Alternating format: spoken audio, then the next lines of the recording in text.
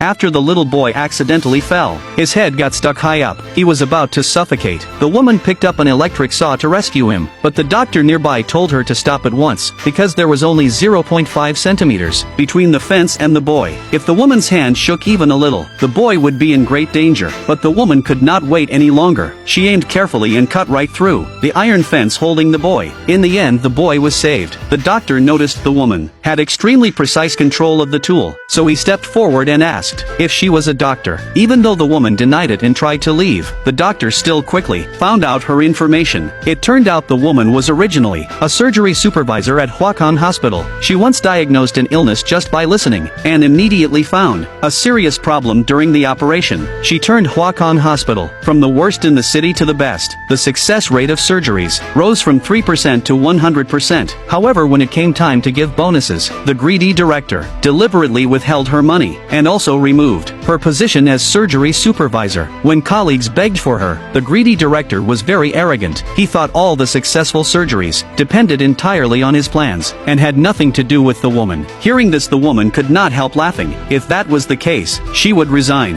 Unexpectedly, right after leaving the hospital, she came across an accident. Seeing the little boy stuck in mid-air, experienced doctors told others to call the fire department immediately, but the woman said it was too late, because the woman saw at once the railing was pressing on the boy's cricothyroid membrane. Swelling was starting. In less than a minute, he would die from lack of oxygen. At the critical moment, she picked up a ladder and an electric saw nearby, and rushed up to save him. She aimed and cut right through the railing holding the boy. The doctor who saw this then realized the woman's hands were steadier than any doctor's. Along with the background he found, he quickly stopped the woman, and wanted her to come to his Rinchin hospital to be the general medical supervisor. But the woman put forward one condition: the entire training system for doctors must be completely designed by her. The director agreed without hesitation. The two signed the employment contract, but when she arrived at the hospital, she found it was completely empty, not even a single patient. Doctors and nurses were playing cards out of boredom. The director quickly called them over, and introduced the woman to them as the new medical supervisor. But the senior doctor thought the woman was too young. It was ridiculous for her to instruct him. The director's son even questioned her education and papers. Facing their doubts, the woman did not rush to prove herself. Instead, she promised them first that she would make Rinchin rise from the bottom to the top tier 3 hospital in 3 months. While the director's son was still mocking her, suddenly the woman heard an old man sweeping nearby hiccup 17 times in 4 minutes. Judging only by the sound, the woman concluded that he had pancreatic cancer. Everyone who heard this thought the woman was talking nonsense. How could anyone know the illness just by listening? So they immediately took the old man for a check.